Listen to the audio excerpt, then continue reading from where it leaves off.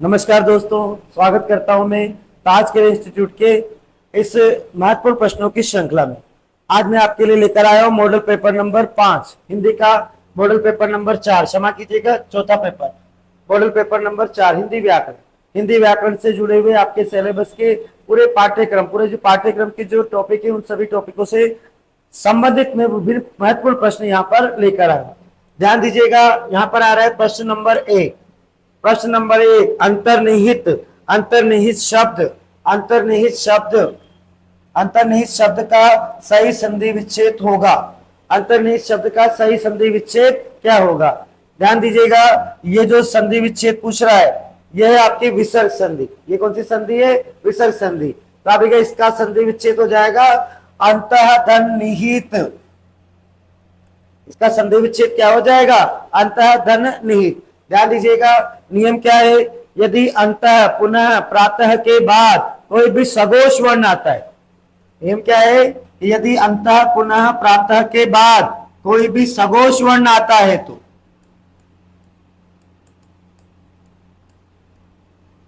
सघोष वर्ण आता है तो ये जो विसर्ग होता है, ये विसर्ग आपका र में बदल जाता है, आधे र में। यदि किस किस के बाद? अंतः पुनः प्रातः। यहां लिख देता हूं,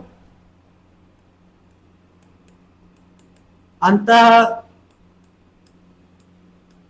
एक है पुनः, एक है प्रातः के बाद अगर क्या आता है? सघोष वर्ण। तो ऐसे हालत में ये जो विसर्ग होता है ये र में बदल जाता है। सघोष वर्ण कौन कौन से होते हैं? तो ध्यान देना, सघोष वर्ण होते हैं कौन कौन से?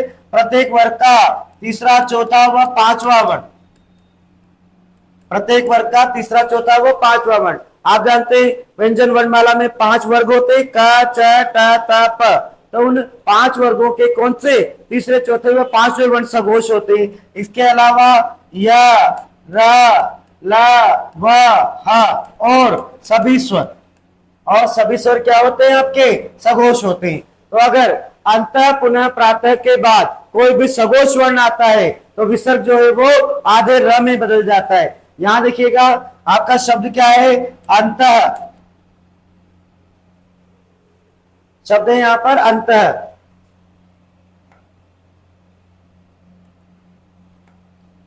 शब्द है यहां पर अंतः धन निहित।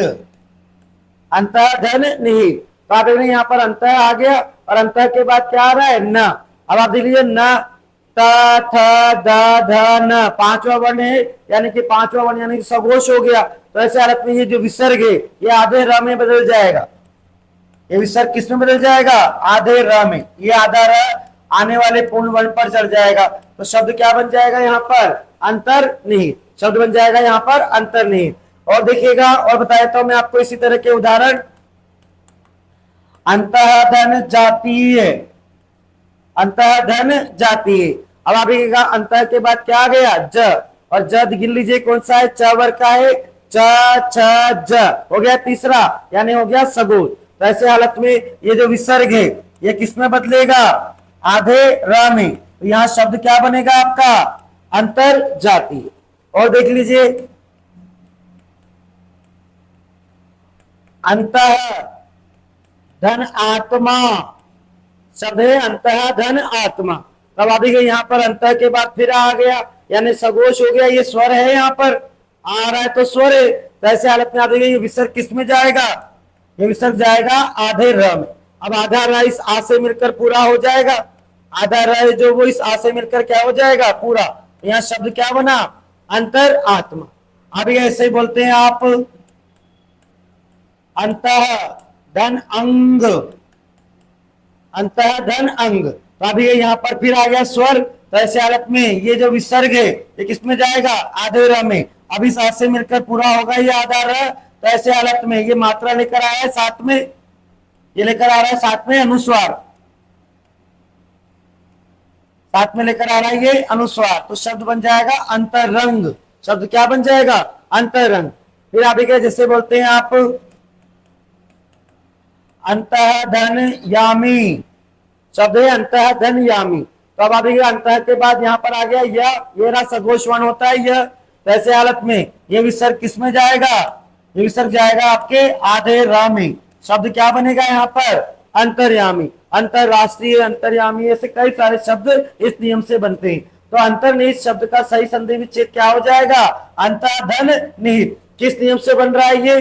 ध्यान देना, अंतः पुनः प्रातः के बाद कोई भी सघोष वर्ण आता है तो संधि करने पर विसर्ग र में, आधे र में बदल जाता है, और इस प्रकार से आप देखिए ये शब्द बनते हैं। अब आप देखिए सघोष वर्ण कौन कौन से? तो प्रत्येक वर्ग का तीसरा, चौथा, पांचवा वर्ण, या, र, ल, व, ह, या स्वर, ये सभी सघोष होते हैं। तो अगर अंतः पुनः प्रातः के बाद कोई भी सघोष वर्ण आता है तो विसर्ग र में बदल जाता है। अब इस प्रकार से संधि हो जाएगी, अंतः धन निहित, तो अंतर्निहित हो गया। ये मैंने आपको अन्य उदाहरण दिए यहाँ पर, ठीक है। इस प्रकार इसके शब्द का संधि विच्छेद क्या हो जाएगा? अंतः धन निहित। आगे चलते हैं अगले प्रश्न पर, प्रश्न नंबर 2।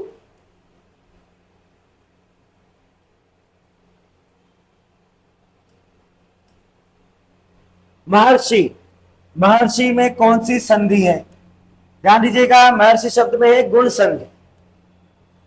महर्षि शब्द में कौन सी संधि है? गुण स्वर संधि। क्या नियम है? आप देखिएगा कि गुण संधि का क्या नियम होता है? यदि प्रथम शब्द का अंतिम वर्ण आ या आ हो, प्रथम शब्द का अंतिम वर्ण क्या हो? आ या आ, द्वितीय शब्द का पहला वर्ण ई, या उ, या री आता है, ई या उ, या फिर क्या आता है? री, ऋषि वाला री आता है, तो संधि करने पर आ के बाद अगर ई आएगा तो दोनों मिलकर ए हो जाते हैं।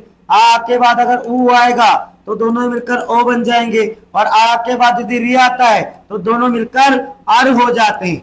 दोनों मिलकर क्या हो जाते हैं? अर हो जाते हैं। ये नियम है। अब आप देखिए ये शब्द जो है वो कैसे बना है? तो ये शब्द बना है इस नियम से। और अब ये कैसे बना है इस शब्द? तो देखिएगा जैसे महाधन ऋषि, महाधन ऋषि शब्द कैसा? संधि विच्छेद क्या होगा इसका? महाधन ऋषि। अब आप देखिए यहाँ पर आपकी मात्रा है और यहाँ पर आ रहा है आपका ये री, आ के बाद क्या आ गया? री, ऋषि वाला, तो आ और री मिलकर क्या बनेंगे? अर। आ और री मिलकर क्या बनेंगे? अर बन जाएंगे। आ के बाद री आ गया तो दोनों मिलकर क्या बन जाएंगे? अर। अब आप देखिए यहाँ पर शेषफल क्या बचा? यहाँ बचा आधा ह, और यहाँ पर री निकालने के बाद आ निकाल लिया तो यहाँ पर बचा आधा ह, और यहाँ री निकाल लिया तो यहाँ क्या बचा? सी। अब ये जो हमने बनाया है इसको आप फिट कर दीजिए, तो आप देख रहे हैं आ रहा है उधर से, तो आ सही है, जो है वो पूरा हो जाएगा, साथ में आधा र लेकर आ रहा है और शी यहाँ पड़ा हुआ है, शब्द बन गया महर्षि। अब ये जो आधा र होता है इसको हम क्या करते हैं? आने वाले पूर्ण वर्ण पर चला देते हैं, तो शब्द बन जाएगा महर्षि। और देख लीजिए देवधन ऋषि, तो आप देख रहे हैं यहाँ पर देव, इसमें आ की मात्रा है और यहाँ पर क्या आ रहा है? री आ रहा है, तो आपके बाद अगर री आएगा तो दोनों मिलकर क्या बनेंगे? अर। दोनों मिलकर बन गए अर। अब आप देखिए यहाँ पर क्या बचा है? तो यहाँ पर बचा है ये आधा व, और निकाल लिया तो आधा व बचा, यहाँ पर बचा है शी। अब आप ले आएंगे इसको, तो ऐसे हालत में आप देखिएगा यहाँ पर ये जो आधा व है इस अ से मिलकर पूरा हो गया, साथ में आधा र आया और यहाँ पड़ा हुआ है शी, शब्द क्या बन गया? देवर्षि। अब आप देख रहे हैं कि इस आधे र को भी आप क्या करेंगे? ऐसे छत पर बिठा देंगे आने वाले पूर्ण वर्ण पर, तो देवर्षि शब्द क्या बना है? देवर्षि। और देख लीजिए शब्द है सप्तधन ऋषि, शब्द है सप्तधन ऋषि, तो इस सप्त में आ की मात्रा आ रही है, त में बाद में क्या आ रहा है? तो री आ रहा है। अब आपने आ और री मिलकर क्या बन जाएंगे? ये रहा अर, ये अर हो गया। अब यहाँ पर क्या बच रहा है? यहाँ बच रहा है आधा ता, और निकाल लिया ता में से तो आधा ह बच रहा है, आधा ता बच रहा है, यहाँ पर री निकाल लिया तो यहाँ भी शी बच रहा है। अब ऐसी हालत में आप ले आएंगे इस र को, अर को, तो अब ये ता जो है वो अ से मिलकर पूरा हो गया, साथ में आधा र लेकर आया, शी यहाँ पड़ा हुआ है, शब्द क्या बना है? सप्तर्षि। अब आप इसको कैसे लिख देंगे? इस र को आप छत पर बिठा देंगे, शब्द बन जाएगा यहाँ पर सप्तर्षि। तो महर्षि, महर्षि शब्द में कौन सी संधि है मित्रों? गुण संधि। क्या है नियम गुण संधि का? यदि प्रथम शब्द का अंतिम वर्ण आ या आ हो, या द्वितीय शब्द का पहला वर्ण ई, उ या री आता है, तो संधि करने पर इनके मेल से ए ओ अर हो जाता है। आ के बाद ई आएगा तो ए में, आ के बाद ऊ आया तो ओ में, और आ के बाद री आया तो अर में बदल जाता है। और आप देख रहे हैं यहाँ पर इस शब्द की मैंने व्याख्या कर दी, महर्षि, महाधन, ऋषि, ऐसे शब्द है देवर्षि, और ऐसा शब्द है सप्तर्षि। ऐसे बहुत सारे शब्द इस संधि से बनते हैं इसी प्रकार के। इसका उत्तर हो जाएगा कौन सी संधि है, ये गुण संधि। ठीक है,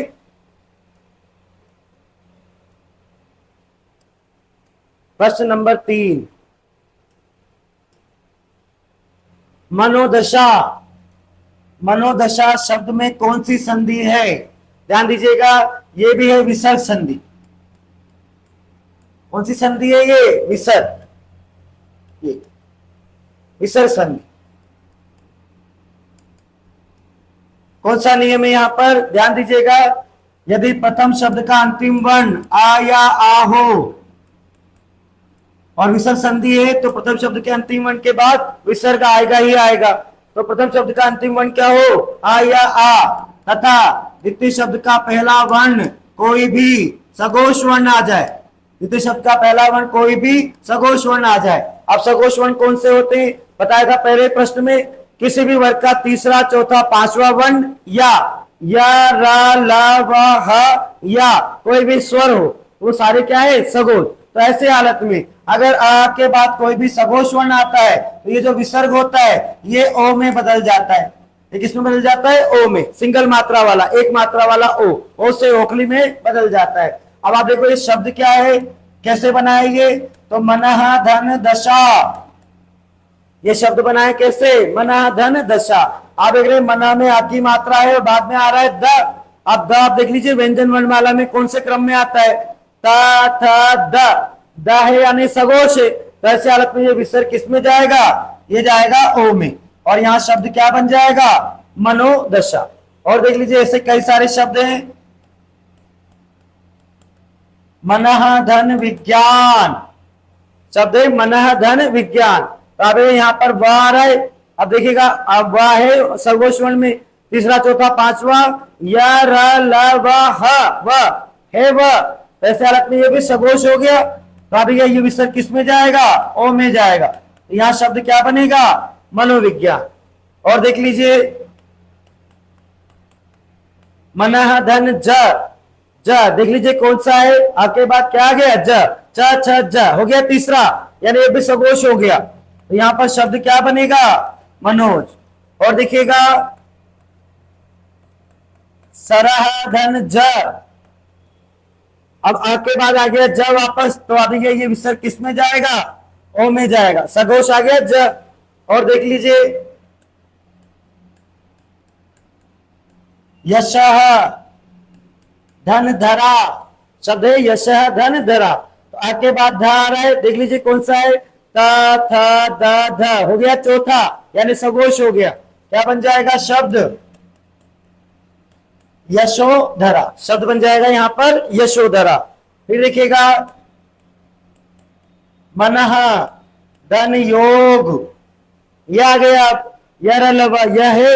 ऐसे हालत में क्या बन जाएगा? ये मनोयोग। तो आप देख पा रहे हैं कि यहाँ पर मनोदशा शब्द में कौन सी संधि है? विसर्ग संधि। क्या है नियम?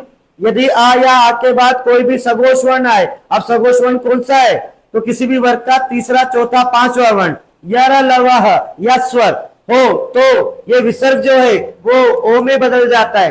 देख पा रहे हैं विभिन्न उदाहरणों से विसर्ग जो है वो किस में बदल रहा है? ओ में। तो मनोदशा में कौन सी संधि है? विसर्ग संधि है। और ये अन्य उदाहरण दिए मैंने आपको इसी नियम के। तो ये मनोदशा शब्द में संधि हो जाएगी मनः धन दशा। कौन सी संधि है मित्रों? विसर्ग संधि।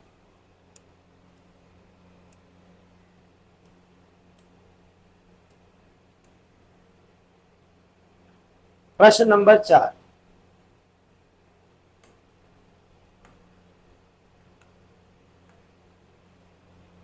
किस शब्द की संधि सही नहीं है? यहां पर संधि और संधि विच्छेद दे रखा है, तो आपको देखना है कि कौन सा संधि विच्छेद सही नहीं है। परिधन इच्छा बिल्कुल ठीक है, दीर्घ स्वर संधि बिल्कुल ठीक है, ऐसा ही बनेगा। अभिधन इष्ट गलत, ये गलत हो गया। आप देखिए ये होना चाहिए अभिधन इष्ट, और आप देख रहे हैं ई ई, दीर्घ संधि में क्या होता है, समान स्वर मिलकर दीर्घ हो जाते हैं, तो ई और ई मिलकर क्या हो जाएगा, यहाँ पर दीर्घ हो जाएगा। तो ये शब्द होना चाहिए ऐसा, अभिष्ट। और यहाँ लिखा है अभिष्ट, ये गलत है, तो सही नहीं है, तो यही उत्तर है आपका, ये गलत है। वसुधा धन एव बिल्कुल सही है, ये वृद्धि संधि वसुदेव बनेगा। आया के बाद ए आई ओ औ आता है तो क्रमशः आई औ में बदल जाता है। वसुधा आके बाद ए आ गया तो आई में बदल गया, दो मात्राएं लग गई। ये विधन आप, ये यण संधि, ई ई उ या री के बाद कोई भी असमान स्वर आता है तो ई या में, उ व में और री र में बदल जाता है, तो ई चला जाएगा या में, आ की मात्रा लगकर शब्द बन जाएगा व्याप्त, तो ये यण संधि है। आप देख पा रहे हैं कि यहाँ पर कौन सा गलत है, सही नहीं है, कौन सा गलत है, तो अभिधन इष्ट होना क्या चाहिए, अभिधन इष्ट, अभिष्ट होना चाहिए, ये सही, वहां गलत दे रखा है, तो इस हालत में कौन सा सही नहीं है, अभिधन इष्ट सही नहीं है। यहाँ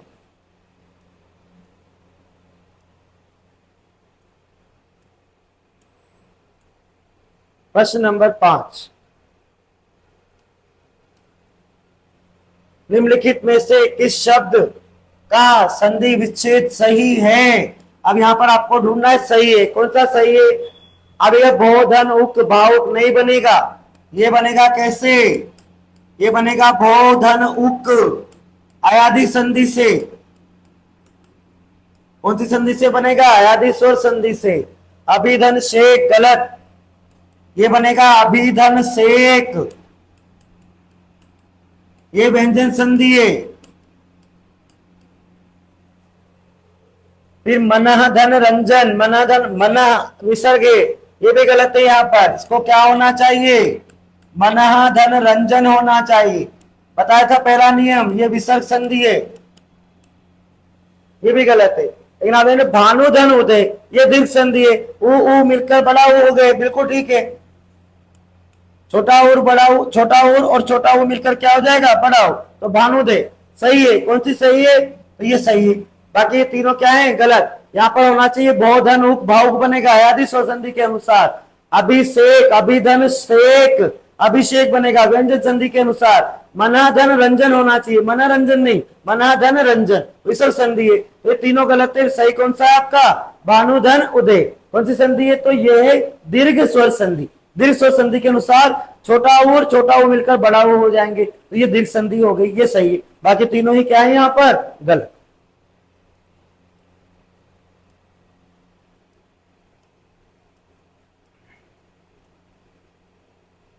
प्रश्न नंबर 6,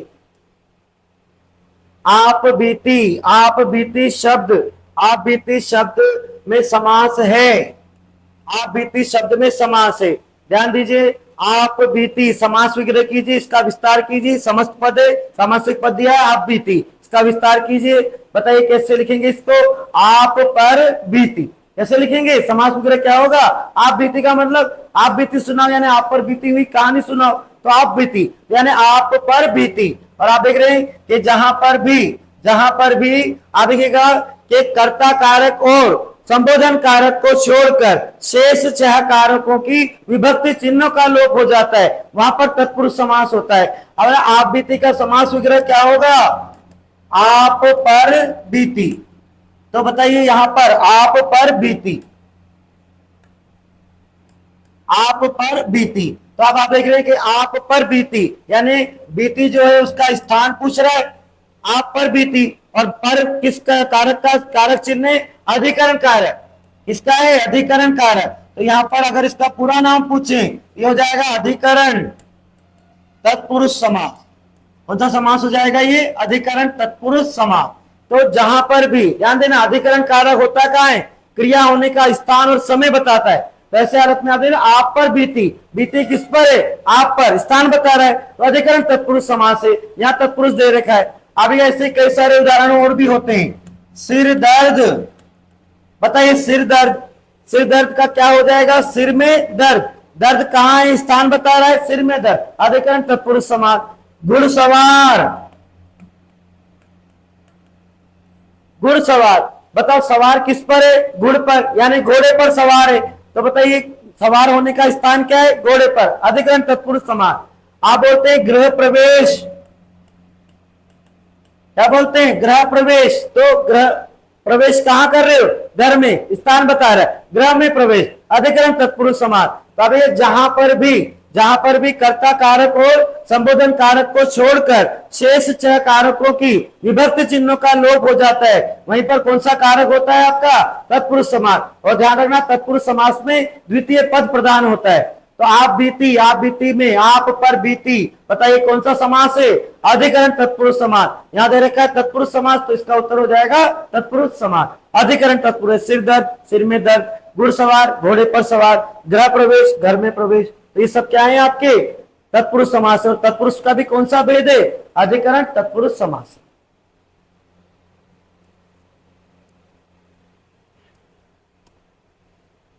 प्रश्न नंबर 7, हीन भावना शब्द में कौन सा समास है। ध्यान दीजिएगा, ये आपका कर्मधारय समास। ये कौन सा समास, कर्मधारय समास। अब एक कर्मधारय समास में कौन सा पद प्रधान होता है, द्वितीय पद। जिस समास का द्वितीय पद प्रधान होता है, कर्मधारय समास बता रहा हूं, जिस समास का द्वितीय पद प्रधान होता है तथा समास विग्रह करने पर दोनों पदों के मध्य विशेषण विशेष्य,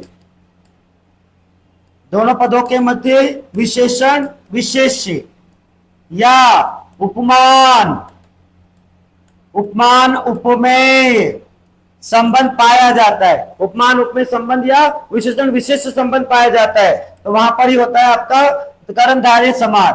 विशेषण का मतलब होता है विशेषता, और विशेष का मतलब होता है जिसकी विशेषता बताई जाती है। तो जिसकी विशेषता बताई जाती है उसको तो विशेष्य कहते हैं, और विशेषण का मतलब होता है विशेषता। तो यहाँ पर एक तरफ तो संज्ञा या सर्वनाम आएगी यानी विशेष्य आएगा, और एक तरफ विशेषण आएगा।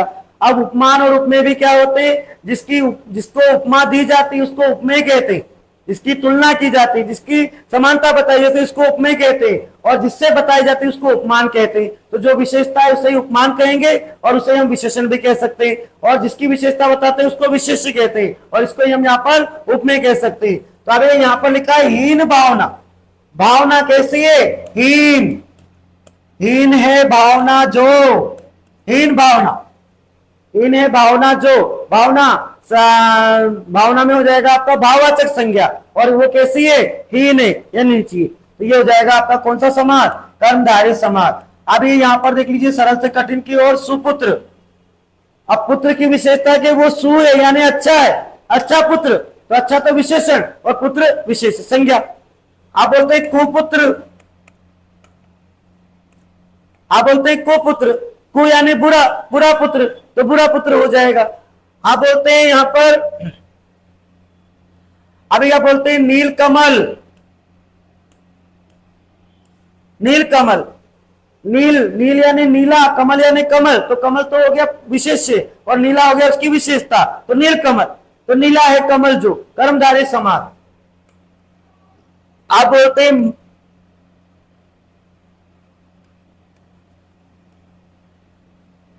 बोलते हैं इसके अलावा बोलते हैं इसे चंद्रमुख। बताइए, मुख तो विशेष्य हो गया और चंद्र उसकी विशेषता हो गई। मुख कैसा है, चंद्र के समान है, तो उपमान उपमेय संबंध है। एक तरफ तो आ गई विशेषता और एक तरफ आ गया उपमान और एक तरफ आ गया उपमेय, चंद्रमुख। आप बोलते हैं कमल नयन, कमल नयन तो मृग नयन,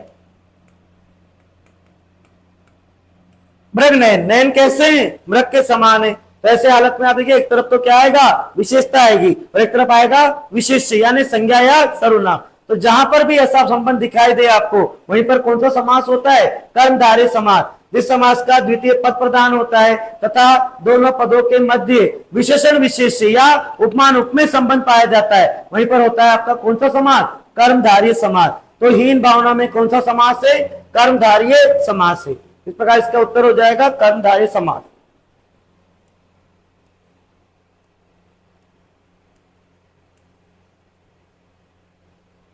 प्रश्न नंबर 8, इनमें से कौन सा सामासिक पद सही नहीं है। समस्त पद, कौन सा सामासिक पद यानी समस्त पद जो है वो सही नहीं है। ध्यान देंगे, लंबा है उदर जिसका, नहीं, गलत। लंबा है उदर जिसका, ध्यान दीजिएगा, लंबा है उदर जिसका उसको बोलते हैं लंबोदर। तो बोलते हैं लंबोदर। और ये कौन है आपके? भगवान गणेश जी। यहाँ पर दे रखा है विष्णु, तो यही गलत है। क्या आना चाहिए? लंबा है उदर जिसका, अर्थात कौन? गणेश जी। लंबोदर कहते हैं, लंबा है उदर जिसका, पता लंबा पेट, लंबा यानी उदर, उदर यानी पेट, लंबा है पेट जिसका, तो गणेश जी का है, गणेश जी होना चाहिए। यहाँ क्या लिखा है? विष्णु, ये गलत हो गया। इसके अलावा देखिए चक्र को धारण करने वाला, चक्रधर, चक्रधर कौन है? भगवान विष्णु, यहाँ आना चाहिए विष्णु। इसके बाद मन से गढ़ा हुआ, मन गढ़ंत, काल्पनिक, क्रम के अनुसार, यथाक्रम, बिल्कुल ठीक है। लेकिन आप देखिए लंबा है उदर जिसका, लंबोदर, भगवान गणेश जी होनी चाहिए, यहाँ विष्णु दे रखा है, गलत। यही उत्तर आपका क्या हो जाएगा? यहाँ पर सही नहीं है। कौन सा सही नहीं है? ये एक नंबर एक विकल्प क्या है आपका? सही नहीं है। यहाँ पर आना चाहिए गणेश जी, क्योंकि लंबोदर है, कौन है? लंबोदर, और कौन है? गणेश जी। और यहाँ दे रखा है विष्णु, इसलिए यही गलत हो जाएगा। तो कौन सा सही नहीं है? ये बात।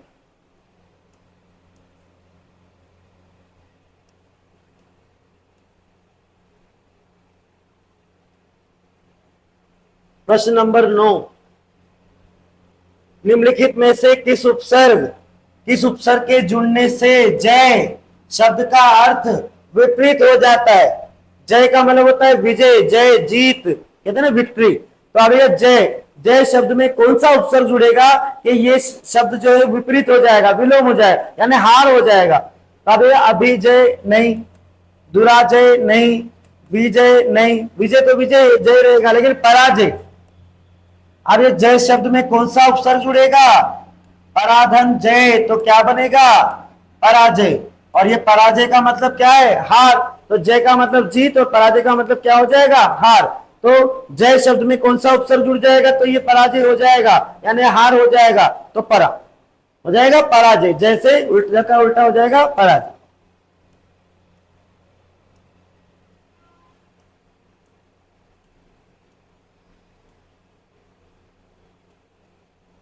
प्रश्न नंबर 10, इनमें से किस शब्द में अन उपसर्ग प्रयुक्त हुआ है? कौन से में अन उपसर्ग प्रयुक्त हुआ है? देख लीजिए, अनु, धन, संदान, यहां नहीं है। फिर ये अनुधन भव, यहां भी नहीं है। यह अनुधन कुल है, यहां भी नहीं है। लेकिन यह है अन्न धन उचित, अन्न धन उचित। तो आप देख रहे हैं अन्न, ये ना इस उससे मिलकर पूरा हो जाएगा, उल की मात्रा लग जाएगी, और अनुचित, तो यही क्या है आपका? सही, अन्न धन उचित। पूछ रहा है कौन सा उपसर्ग अन्न से जुड़ा हुआ, अनुपसर्ग जुड़ा हुआ है, तो किसमें प्रयुक्त हुआ है बताइए? अन्न धन उचित, इसमें प्रयुक्त हो रहा है। इसके हालत में यहाँ पर उत्तर कौन हो जाएगा आपका? अनुचित। अन्न धन उचित हो जाएगा अनुचित।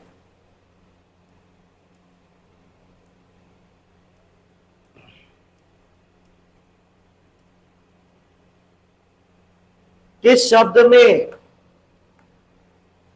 शब्द में नी प्रत्यय प्रयुक्त हुआ है?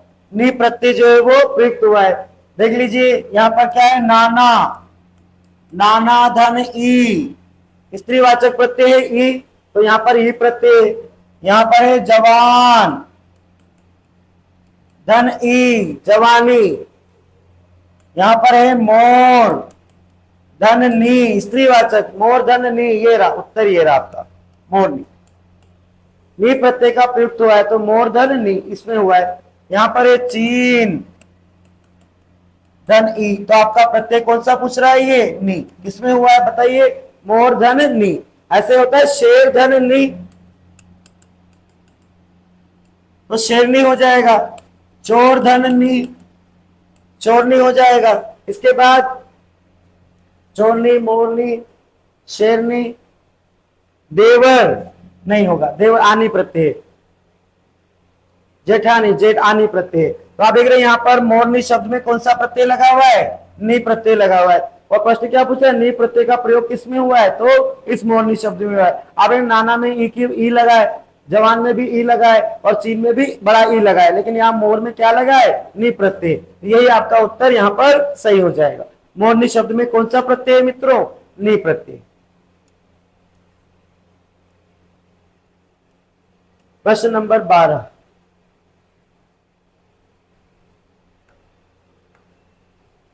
इनमें से कौन सा शब्द आ प्रत्यय से नहीं बना है? आ प्रत्यय से नहीं बना है, कौन सा नहीं बना है देख लीजिए। तो यह है आपका कुशल धन अ, कुशल हो जाएगा, बिल्कुल ठीक है। यह है पांडु धन अ, पांडु धन अ, पांडव बन जाएगा, बिल्कुल बन जाएगा पांडु धन अ, ये भी सही है, ये भी सही है। यह है लघु धन आ, ये भी सही है, लेकिन यह है लग धन आव, लग धन आओ, यहां पर आओ प्रत्यय है, जबकि वो क्या पूछ रहा है, आ प्रत्यय से निर्मित नहीं है। तो ये तीनों तो है और ये वाला नहीं है, तो इसका उत्तर हो जाएगा लगाओ। ठीक है, इसका उत्तर क्या हो जाएगा, लगाओ। क्योंकि आप देख रहे हैं कुशल में आ प्रत्यय जुड़ा तो कौशल बना, पांडु में आ प्रत्यय जुड़ा तो पांडु बना, लघु में आ प्रत्यय जुड़ा तो लाघव बना। आप देखते हैं रघु में आ प्रत्यय जुड़ेगा तो क्या बनेगा, राघव। मनु में आ प्रत्यय जुड़ेगा तो क्या बनेगा, मानव। धनु में आ प्रत्यय जुड़ेगा तो क्या बनेगा, दानव। फिर गुरु में आ प्रत्यय जुड़ेगा तो क्या बनेगा, गौरव। तो आप देख पा रहे हैं, इस प्रकार इन तीन में तो आ प्रत्यय है, लेकिन लगाओ शब्द में आओ प्रत्यय। ऐसे हालत में आपका आ प्रत्यय का प्रयोग किसमें नहीं हुआ है, इस लगाओ शब्द में आ प्रत्यय का प्रयोग नहीं हुआ है।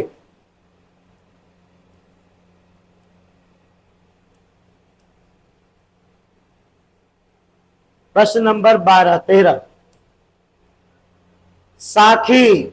साखी शब्द का तत्सम रूप है, साखी शब्द का तत्सम रूप है। क्या है साखी शब्द का तत्सम रूप, तो आएगा साखी शब्द का तत्सम रूप हो जाएगा साक्षी। क्या हो जाएगा, साक्षी।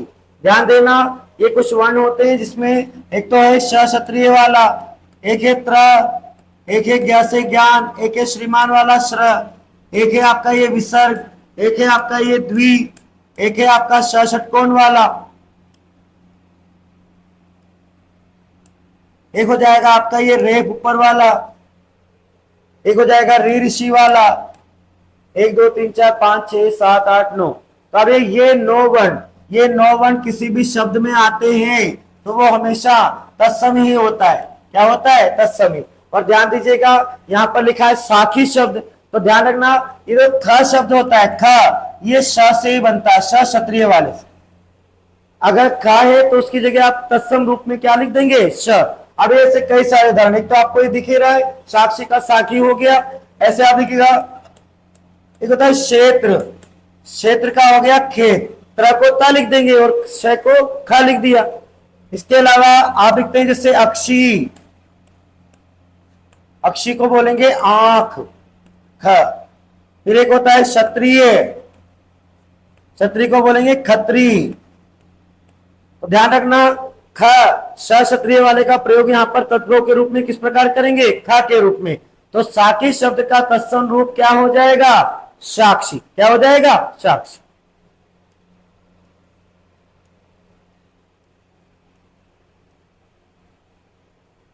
प्रश्न नंबर 14, परीक्षा शब्द में निम्नलिखित वर्गों में से किस वर्ग में आता है। परीक्षा शब्द बताइए, अभी बताया, शत्रज्ञ, श्र, द्वि, रेप, विसर्ग, षटकोण वाला और ऋषि वाला होता है, तो वो शब्द हमेशा क्या होगा, तत्सम होगा। क्या होगा, तत्सम। परीक्षा का तद्भव होता है परख। और आप देखते हैं तद्भव शब्द वे शब्द जो संस्कृत भाषा के हैं लेकिन हिंदी में कुछ न कुछ परिवर्तन के साथ प्रयुक्त होते हैं। अरे परीक्षा की जगह आप क्या लिखेंगे, परख। तो परख आप देखते कुछ न कुछ परिवर्तन कर दिया तो ये तद्भव हो गया, लेकिन ये परीक्षा शब्द जो है वो क्या है अभी वर्तमान में, तत्सम शब्द। क्षत्रिय वाला आ गया उसमें, तो ये कौन सा शब्द है, तत्सम शब्द।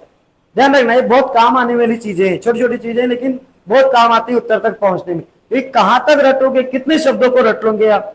तो अभी इन नियमों से हम क्या पहुंचते हैं, उत्तर तक पहुंचते हैं।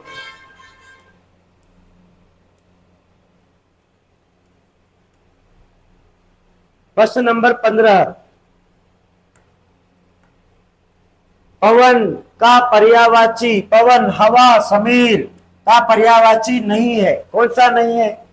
समीर हो गया, बात हो गया, अनिल यानी भी हवाई होता है, अनिल यानी भी क्या होता है? हवा। लेकिन अनल, अनल का मतलब क्या होता है? कृषाणु, आग। अनल का मतलब क्या होता है? कृषाणु, आग, अग्नि। तो अग्नि होता है। जबकि ये पूछ रहा है कि पवन का नहीं है, तो कौन सा नहीं है? अनल। क्योंकि अनल किसका होता है? आग का पर्यायवाची होता है, ना कि पवन का होता है।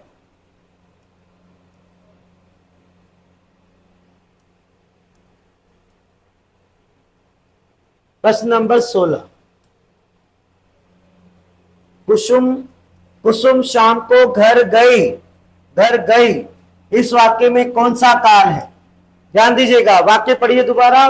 कुसुम शाम को घर गई यानी जा चुकी है, जा चुकी है, जो काम हो चुका है वो भूतकाल है। पर ध्यान देना, यहाँ पर शाम को घर गई, और ना शाम को तो गई है, पर कितनी देर पहले गई है? अभी अभी गई है कि बहुत देर पहले गई है? पता नहीं लग रहा।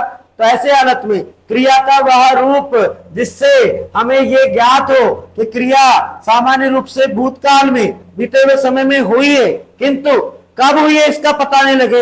यानी कार्य हुए थोड़ी देर हुई है या बहुत देर हो चुकी, मतलब भूतकाल में तो काम हो गया है, यानी बीते हुए समय में काम हुआ है, पर काम कितनी देर पहले हुआ है? बहुत देर पहले हुआ है कि अभी अभी हुआ है? इसका पता ना चले तो वो सामान्य भूतकाल है।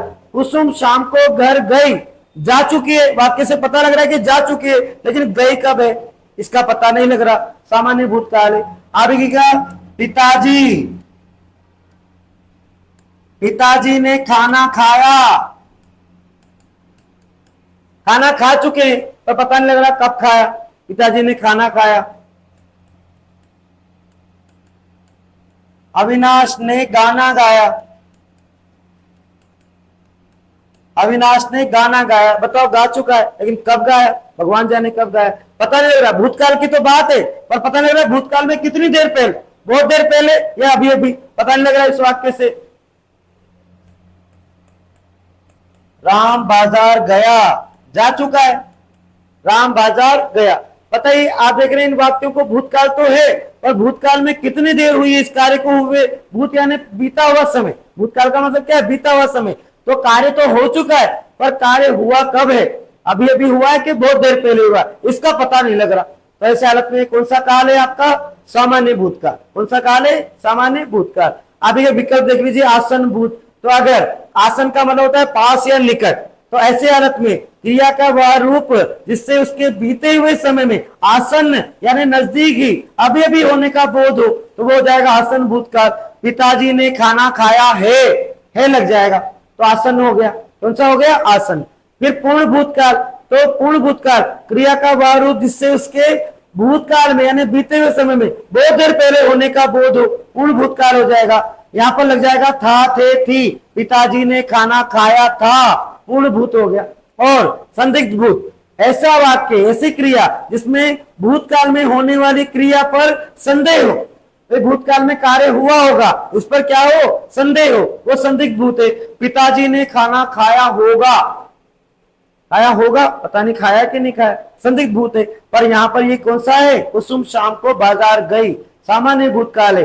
क्रिया हो चुकी है लेकिन पता नहीं लग रहा कि कितनी देर पहले हुई है। तो सामान्य रूप से क्रिया का भूतकाल में होने का बोध हो तो वहां सामान्य भूतकाल होता है, किंतु इससे यह ज्ञात नहीं होता कि कार्य हुए थोड़ी देर हुई है या बहुत देर। वहां पर कौन सा काल हो जाएगा? सामान्य भूतकाल हो जाएगा। तेरे पिताजी ने खाना खाया, अविनाश ने गाना गाया, राम बाजार गया, सब काम हो चुका है, लेकिन इन बातों से पता नहीं लग रहा कि कार्य कितनी देर पहले हुआ। ये सारे क्या है? सामान्य भूतकाल।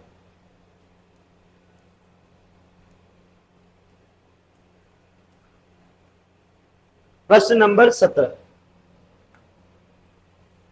वह अपना कर्तव्य कर रहा है, वह अपना कर्तव्य कर रहा है। बताइए कौन सा काल है? वर्तमान काल है। और आप देख रहे हैं कि ये कार्य पूर्ण नहीं हुआ है, इसलिए कौन सा है?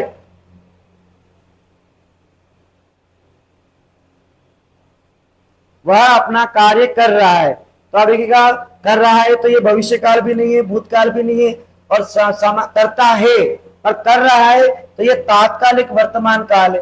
कौन सा काल है? तात्कालिक वर्तमान काल, क्योंकि वो कार्य कर रहा है तो कंटिन्यू चल रहा है, लगातार चल रहा है। अब ये तात्कालिक वर्तमान काल को आप अपूर्ण, अपूर्ण वर्तमान काल भी कह सकते हैं, क्योंकि क्रिया का वह रूप जिससे यह ज्ञात हो कि कार्य वर्तमान समय में हो रहा है पर कार्य की पूर्णता का पता ना चले, अपना कर्तव्य कर रहा है, बताइए लगातार चल रहा है, वर्तमान काल में चल रहा है और इसकी पूर्णता का पता नहीं चल रहा, तो यह अपूर्ण वर्तमान काल भी है, जिसे हम क्या बोलेंगे, तात्कालिक वर्तमान काल भी कह देंगे। पहले ये आते थे प्रश्न इस टाइप के, अब आपको पूछेंगे अपूर्ण वर्तमान काल। एक ही मतलब है दोनों का, वर्तमान समय में यानी अभी के समय में कार्य हो रहा है पर वो पूर्ण नहीं हुआ है, तो अपूर्ण वर्तमान काल, तात्कालिक वर्तमान काल भी इसको कह देंगे।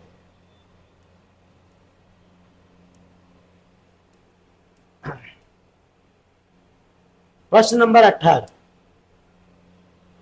किस विकल्प में शब्द युग्म का सही अर्थ भेद है, सही युग्म ढूंढना है आपको। देख लीजिए, तरणी तरणी, सूर्य और नाव, उल्टा दे दिया, इस तरणी का मतलब सूर्य, इस तरणी का मतलब नाव, गलत हो गया। अनल, अनल यानी आग, अनिल यानी हवा, यहां भी उल्टा दे दिया। अंतर, अंतर यानी डिफरेंट, भेद, और अतर यानी इत्र, यहां भी उल्टा दे दिया, ये उल्टे दे रखे। अग्र यानी आगे, अगर यानी धूप बत्ती, अगरबत्ती, बिल्कुल ठीक है, ये रहा। ध्यान देना, तरणी, इस तरणी का मतलब होता है सूर्य और इस तरणी का मतलब होता है नाव, उल्टा दे दिया, आगे पीछे कर दिया। इस अनल का मतलब होता है अग्नि और इस अनिल का मतलब होता है हवा, अभी बताया था पर्यायवाची शब्दों में।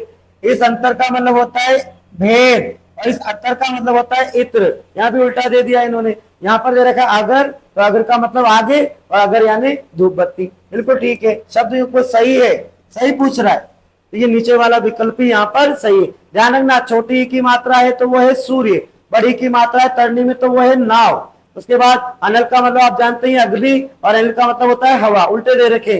अंतर यानी डिफरेंट, अलग अलग, भेद, भेद हो जाएंगे। और अतर यानी इत्र, अग्र का मतलब आगे और अगर का मतलब धूप बत्ती, तो ये नीचे वाला ही विकल्प यहाँ पर क्या है, सबसे उचित है, सबसे सही।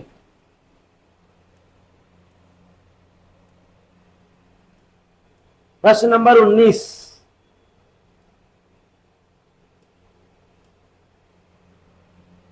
निम्न में से सही अर्थयुक्त शब्द युग्म छाटिए। फिर शब्द युग्म आ गए यहाँ पर, अब आ गया क्षति, क्षति का मतलब हानि, बिल्कुल ठीक है, क्षति हो गई। लेकिन शीति का मतलब पृथ्वी होता है, नुकसान नहीं होता, शीति का मतलब क्या होता है, पृथ्वी। इसके बाद अंबा, अंबा का मतलब अवश्य, और अंबु, अंबु का मतलब जल होता है, ये भी गलत हो गया। जलज, जलज का मतलब कमल, और यहाँ बादल दे दिया, गलत, जलद का मतलब बादल, उल्टा दे दिया कमल, ये भी गलत हो गया। जलज, जल में जन्म लेने वाला कमल, और जलद दान देने वाला, जल का दान देने वाला बादल देता है, तो उल्टा कर दिया यहाँ पर।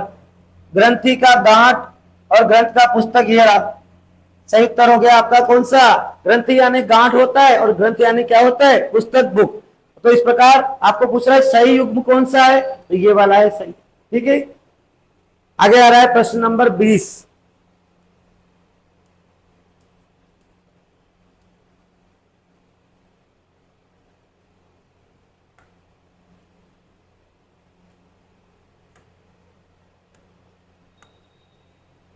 मुहावरे के प्रयोग से बने वाक्यों, मुहावरे के प्रयोग से बने वाक्यों में से सही विकल्प चुनिए। राम तो अपनी अक्ल का दुश्मन है, अपनी अक्ल का दुश्मन होना, बिल्कुल ठीक है। आगे देख लेते हैं, उसकी मेहनत पर पानी गिर गया, पानी गिर गया नहीं, पानी फिर गया। मुहावरे बिल्कुल परफेक्ट होने चाहिए। पानी फिर गया, अपनी उसकी मेहनत पर पानी फिर गया, सब बेकार हो गया। वह अपनी माँ की आंख का चांद, चांद नहीं तारा है, माँ की आंख का क्या है, तारा, माँ की आंख का तारा होना यानी बहुत प्रिय होना। तेरी शरारत देखकर मेरी सांस में दम, सांस में नहीं नाक, है ना, नाक में दम कर दिया, नाक आना चाहिए। तो ये तीनों तो गलत हो गए, इसका मतलब है कि ऊपर वाला ही बिल्कुल सही है। राम तो अपनी अक्लों का दुश्मन है, राम तो अपनी अक्ल का क्या है, दुश्मन है, तो यही हो जाएगा यहाँ पर सही उत्तर। बाकी तीनों देख रहे, यहाँ पानी गिर गया नहीं, पानी फिर गया आना चाहिए, आंख का चांद नहीं, आंख का तारा होना चाहिए, सांस में दम नहीं, नाक में दम होना चाहिए। तो ऐसे हालत में तीनों गलत है और ये ऊपर वाला ही क्या है यहाँ पर सबसे उचित विकल्प है। ये हो जाएगा आपका प्रश्न का उत्तर। राम अब तो अपनी अक्ल का दुश्मन है। चलिए आगे वाले प्रश्न की बात करते हैं। प्रश्न नंबर 21। प्रश्न नंबर 21, अत्यधिक अत्यधिक शब्द में अशुद्धि का कारण। बहुत बढ़िया, बहुत अच्छा प्रश्न। अत्यधिक शब्द में अशुद्धि का कारण, ध्यान दीजिएगा। अत्यधिक शब्द ये गलत शब्द है, ये कैसे बनना चाहिए? तो अभी का ये बनेगा अति धन अधिक, अति धन अधिक, यह संधि है ये। तो आप देख रहे हैं यहाँ पर प्रथम शब्द का अंतिम वर्ण है ई और द्वितीय शब्द का पहला वर्ण आ गया अ। तो ऐसे हालत में ई के बाद असमान स्वर आ गया अ, तो ई जो है यण संधि के अनुसार ई जो है वो य में बदल जाएगा और इसमें आपको जोड़ना है ये अ, तो जोड़ दीजिए अ। अब आप देख रहे हैं यहाँ पर क्या बन जाएगा य। ई जो है वो किसमें बदला है? आधे य में, क्योंकि ई के बाद असमान स्वर आ गया अ। तो ऐसे हालत में ई जो है वो आ में, ई जो है वो य में बदल गया, आधे य में, और इसमें आपको अ जोड़ना है। तो यहाँ पर क्या बन गया? य। अब देख लीजिए यहाँ पर आपके पास क्या बचा है? तो आधा त बचा है और यहाँ पर बचा है आपके पास धिक। अब आप देख लीजिए यहाँ पर इस शब्द को ले आएंगे आप, तो ऐसी हालत में यह है उधर, तो ये शब्द हो जाएगा अत्यधिक। क्या हो जाएगा? अत्यधिक। ये शब्द लिखा है अत्यधिक, तो वो कह रहे हैं कि ये अशुद्ध है और अशुद्धि का कारण क्या है? तो अभी यहाँ पर होना क्या चाहिए इसको? यह होना क्या चाहिए इसको? यह, और आपने क्या कर दिया इसको? या कर दिया। तो बताइए स्वर आगम हो रहा है इसमें, स्वर की गलती हो रही है। आ की जगह क्या लिख दिया आपने? आ। तो स्वर आगम, कारण क्या है यहाँ पर? स्वर आगम हो गया, बिना बात क्या कर दिया आपने? स्वर आगम कर दिया। अत्यधिक होना चाहिए, ये होना चाहिए, और आप अत्यधिक कर रहे हैं, यानी आ की मात्रा, आ की जगह आ लगा रहे हैं। ऐसे हालत में यहाँ पर क्या कारण हो गया? इस अशुद्धि का स्वर आगम, स्वर की गलती है। यहाँ पर स्वर गलत लिखा है, यहाँ पर स्वर गलत आ रहा है यहाँ पर, तो स्वर आगम की गलती हो जाएगी। कारण क्या हो गया? स्वर आगम।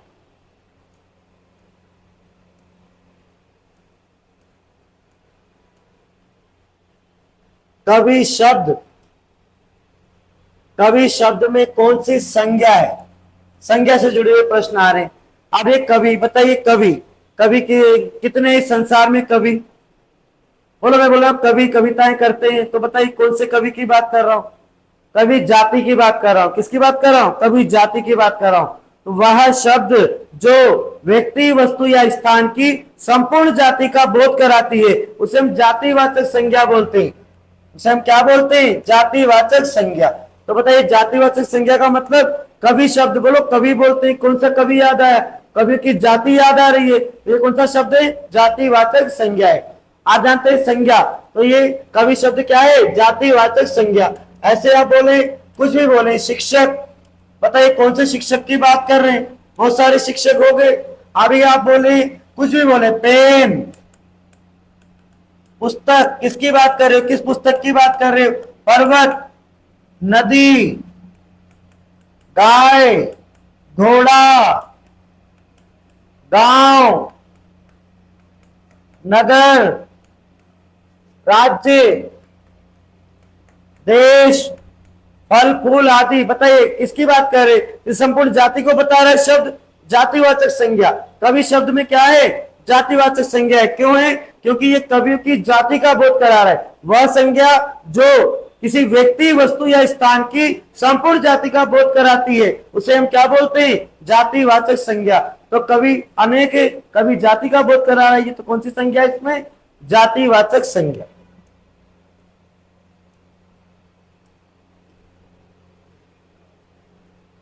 प्रश्न नंबर 23, देवत्व। देवत्व शब्द में कौन सी संज्ञा है? देवत्व। तो अभी ये शब्द बनाए कैसे? देवधनत्व। इससे बनाए देवधनत्व। तो देव तो है कौन? जातिवाचक संज्ञा, और इसमें लग गया त्व प्रत्यय, तो ये बन गया देवत्व। ये हो जाएगी भाववाचक संज्ञा। कौन सी संज्ञा है ये? भाववाचक संज्ञा। अभी ऐसे ही आप लिखते हैं लघु धनत्व, तो बताइए क्या बनेगा? लघुत्व। लघु है विशेषण, विशेषण से बना ये विशेषण से बनी हुई भाववाचक संज्ञा होगी लघुत्व। आप बोलते हैं मम, धन, त्व, मम, मम हो गया सर्वनाम अपना मेरा, मम तो ममत्व हो गया। बताइए ममत्व, ममत्व में कौन सी संज्ञा है? तो भाववाचक संज्ञा है। इसके बाद आप लिखते हैं पशु, धन, त्व, बताइए पशुत्व, पशु होने का भाव कौन सी संज्ञा है? तो भाववाचक संज्ञा है। कौन सी संज्ञा है? भाववाचक संज्ञा। तो देवत्व शब्द में कौन सी संज्ञा है? भाववाचक संज्ञा। याद रखना देव, धन, त्व, तो देव है जातिवाचक संज्ञा, देव बहुत सारे, देवता कितने हैं? बहुत सारे, और त्व तो देवत्व, तो देवत्व में कौन सी संज्ञा? भाववाचक। ऐसे अन्य उदाहरण ये रहे।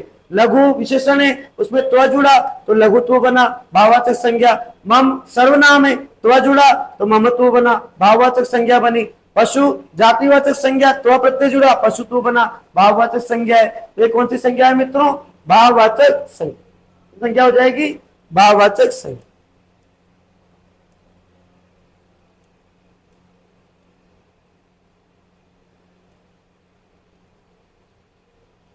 प्रश्न नंबर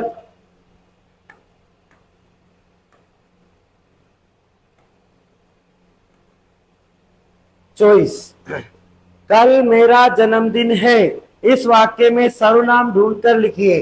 कल मेरा जन्मदिन है, इस वाक्य में सर्वनाम ढूंढकर लिखिए। अब ये कल, कल है अव्यय शब्द, ये रहा मेरा,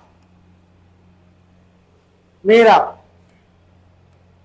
कल मेरा जन्मदिन है। बताइए कौन सा सर्वनाम है? पुरुषवाचक सर्वनाम। कौन सा सर्वनाम है? पुरुषवाचक सर्वनाम। और मेरा में कौन सा है? उत्तम पुरुष। कौन सा है? उत्तम पुरुषवाचक सर्वनाम। वक्ता, वक्ता या लेखक के लिए प्रयुक्त होने वाले सर्वनाम क्या कहलाते हैं? उत्तम पुरुषवाचक सर्वनाम। तो जो कह रहा है कि कल मेरा जन्मदिन है, यानी बोलने वाला ही कह रहा है, तो कौन सा है? उत्तम पुरुषवाचक सर्वनाम मेरा। इन शब्दों में सर्वनाम शब्द कौन सा है? मेरा। और मेरा में कौन सा सर्वनाम है? पुरुषवाचक। और पुरुषवाचक में भी कौन सा भेद? तो उत्तम पुरुषवाचक सर्वनाम। मैं, मेरा, मुझे, मुझको, मेरे लिए, मुझसे, मैंने आदि एक वचन में। और बहुवचन में कहे तो हम, हमारा, हमको, हमसे, हम पर, हमारे लिए आदि शब्दों का प्रयोग किया जाता है। उत्तम पुरुषवाचक सर्वनाम होता है।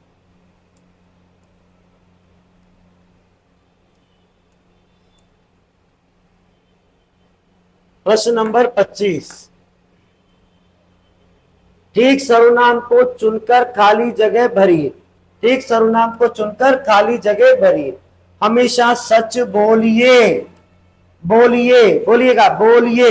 आदर दे रहा है, बहुवचन में कह रहा है, तो अब यहां पर आएगा, देखिएगा आप हमेशा सच बोलिए। कैसे पहचाना गुरुजी? तो ध्यान दीजिए, यहां पर आप क्या बोल रहे हैं? शब्द हमेशा सच बोलिए। तो आप हमेशा सच बोलिए आदर स्वरूप शब्द और साथ साथ बहुवचन शब्द। तो ऐसे हालत में आप यहाँ पर बहुवचन शब्द का ही प्रयोग करेंगे, आदर स्वरूप शब्द का ही प्रयोग करेंगे। तो अगर तू यहाँ पर होता, अगर होता हमेशा सच बोलो, हमेशा सच बोलो, तो आप यार हमेशा सच बोलो, ये आज्ञा दी जा रही है। बोलो, आप छोटों को बोल रहे हैं हमेशा सच बोलो। तो ऐसे हालत में यहां पर आपका तू या तुम हमेशा, यहां पर क्या हो जाता? तुम हो जाता। यहां पर क्या हो जाता? तुम हमेशा सच बोलो। तो अगर ये आपने आज्ञा दे दी, लेकिन आप बोल रहे हैं आप हमेशा सच बोलिए। बोलिए आ रहे आदर स्वरूप है, बहुवचन शब्द है, तो यहाँ पे आदर स्वरूप शब्द आएगा और बहुवचन शब्द आएगा। आप हमेशा सच बोलिए। और अगर होता बोलो तो फिर क्या आता? तुम, क्या आता? तुम हमेशा सच बोल। लेकिन आप यहाँ पर क्या कह रहे हैं? आप हमेशा सच बोली, आदर दे रहे हैं, तो यहाँ पर आपको भी आदर सूचक शब्द ही लिखना पड़ेगा। आप हमेशा सच बोल। ठीक है, आगे आ रहा है प्रश्न नंबर 26।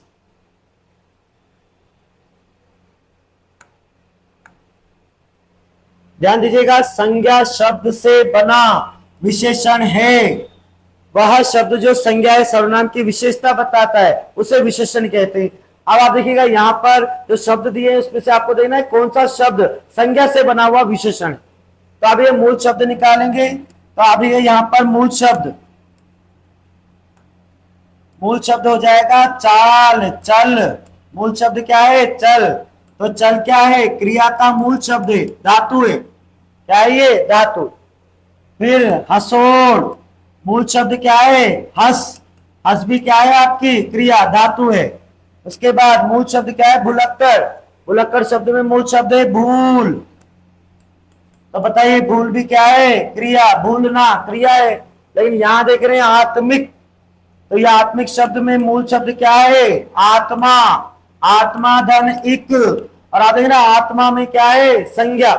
कौन सी आत्मा? आत्मा बहुत सारी, आत्मा में क्या है? संज्ञा है। तो आत्मा धन इक, आत्मा धन इक क्या बन जाएगा? आत्मिक बन जाए।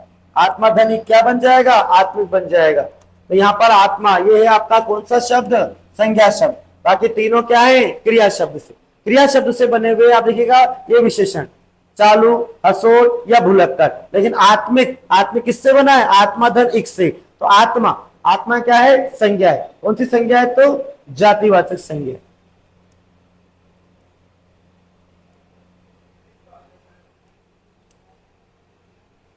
प्रश्न नंबर 27, निम्नलिखित में रीतिवाचक क्रिया विशेषण पहचानिए। आपको पहचाना है रीतिवाचक क्रिया विशेषण। ध्यान दीजिएगा, क्रिया, क्रिया का मतलब होता है कार्य और विशेषण का मतलब होता है विशेषता। तो ऐसा शब्द जो क्रिया की विशेषता प्रकट करता है उसको क्रिया विशेषण कहते हैं। और क्रिया विशेषण 4 प्रकार के होते हैं। क्रिया कैसे हो रही है? रीतिवाचक क्रिया विशेषण, यानी क्रिया होने के रीति संबंधी, तरीके संबंधी, ढंग संबंधी, शैली संबंधी, मेथड संबंधी विशेषता को प्रकट करता है, वो कहलाएगा रीतिवाचक क्रिया विशेषण। तो अब आप देख लीजिए, यहां पर लिखा है थोड़ा सा। अब ये थोड़ा सा खाना, खाया। तो बताइए थोड़ा सा खाना खाया, यानी परिमाण बचा रहा है। क्या बता रहा है? परिमाणवाचक। थोड़ा सा खाया, खाना नहीं, थोड़ा सा खाया। अरे थोड़ा सा खाया क्या है? खाया की विशेषता क्या है? थोड़ा सा। तो बताइए कौन सा है ये परिमाणवाचक क्रिया विशेषण। कौन सा है ये? परिमाणवाचक क्रिया विशेषण। फिर भीतर बाहर, रहता है, रहने की विशेषता है कि वो भीतर बाहर रहता है। तो बताओ भीतर और बाहर क्या बता रहा है? स्थान बता रहा है। तो कौन सा है ये? स्थानवाचक क्रिया विशेषण। उसके बाद धीरे धीरे, बताइए धीरे धीरे चलता है। राम धीरे धीरे चलता है। बताइए चलने का तरीका क्या है? धीरे धीरे। तो धीरे धीरे चलता है, यही क्या है आपका? रीतिवाचक क्रिया विशेषण। और अभी अभी आया, राम अभी अभी आया। आया की विशेषता अभी अभी। बताओ अभी अभी किसको बता रहा है? समय को बता रहा है। ये कौन सा हो गया आपका? कालवाचक क्रिया विशेषण। ध्यान दीजिएगा, क्रिया विशेषण ये 4 प्रकार के ही हैं। एक तो रीतिवाचक, क्रिया होने के रीति, तरीके, ढंग का पता लगाता है। धीरे धीरे कैसे चलता है? धीरे धीरे, रीतिवाचक है। थोड़ा सा, परिमाणवाचक, थोड़ा सा खाया, ज्यादा खाया, ये क्या है? कम, ज्यादा, थोड़ा, बहुत, ये क्या है? परिमाण। तो परिमाणवाचक क्रिया विशेषण।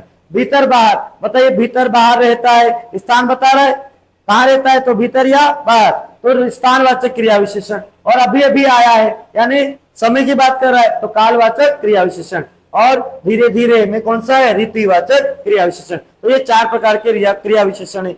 रीतिवाचक, परिमाणवाचक, स्थानवाचक और कालवाचक क्रिया विशेषण। रीतिवाचक में क्रिया होने के तरीके का पता चलता है। परिमाणवाचक में क्रिया होने की मात्रा, नापतोल का पता चलता है, कम हो रही है कि ज्यादा हो रही है क्रिया। और स्थानवाचक में स्थान का, क्रिया होने के स्थान का पता चलता है। और कालवाचक में क्रिया होने के समय का पता चलता है। अभी अभी आया, काल का पता लग रहा है। इस प्रकार इस प्रश्न का उत्तर रीतिवाचक कौन सा हो जाएगा? धीरे धीरे। राम धीरे धीरे चलता है। कैसे चलता है? तरीका क्या है चलने का? तो धीरे धीरे, रीतिवाचक क्रिया विशेषण।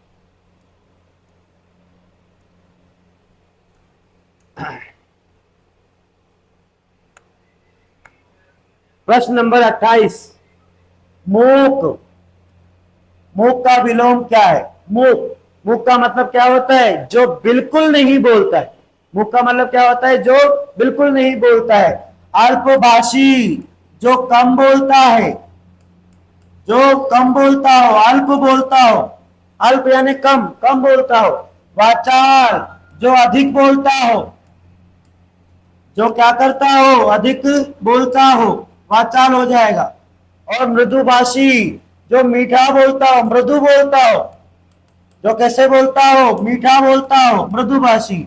और कटुभाषी, कटु यानी जो कड़वा बोलता हो, कटु यानी क्या होता है, कड़वा, जो कड़वा बोलता हो। तो आप देख लीजिए यहाँ पर मुख का मतलब क्या है, जो बिल्कुल नहीं बोलता हो। तो बिल्कुल नहीं बोलता हो का उल्टा क्या हो जाएगा, विलोम शब्द, जो अधिक बोलता हो। कौन बोलता हो, अधिक, यानी क्या, वाचाल। क्या मतलब हो जाएगा इसका, वाचाल, जो अधिक बोलता हो। तो मुख का विलोम शब्द क्या है, अधिक बोलने वाला, यानी क्या है, वाचाल।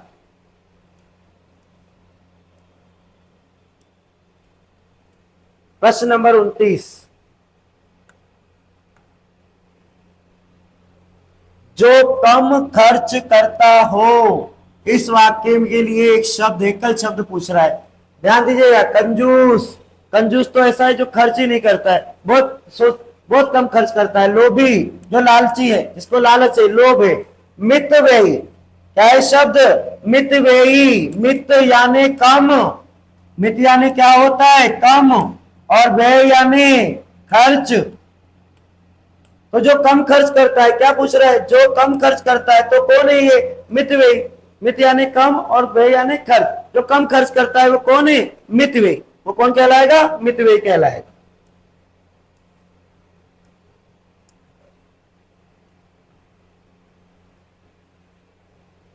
प्रश्न नंबर 30, पारिभाषिक शब्दावली। एरिया, एरिया अंग्रेजी शब्द के लिए हिंदी का पारिभाषिक शब्द है, एरिया। अब ये एरिया, मैं उस एरिया का हूं, यानी अंचल नहीं, अब है ना, अंचल भी कह सकते हैं, आप इसको खंड भी कह सकते हैं, मंडल भी कह सकते हैं, पर इसका सबसे उचित उत्तर क्षेत्र। कई बार पूछा है परीक्षा में, कई बार बच्चे भ्रमित होते हैं इस शब्द को सुनकर। एरिया यानी क्षेत्र, एरिया का सबसे नजदीकी पारिभाषिक हिंदी शब्द क्या होगा, क्षेत्र होगा। तो ध्यान दीजिएगा, आज मैं लेकर आया आपके लिए मॉडल पेपर नंबर 4, और यहाँ पे मैं आपके लिए महत्वपूर्ण 30 प्रश्नों का मैंने यहाँ पे क्या किया है, समाहित किया है आपके लिए। ध्यान देना, ये बार बार आने वाले प्रश्न, और आगे की परीक्षा में भी आपको ये प्रश्न आपको दोबारा दिखाई देंगे। धन्यवाद।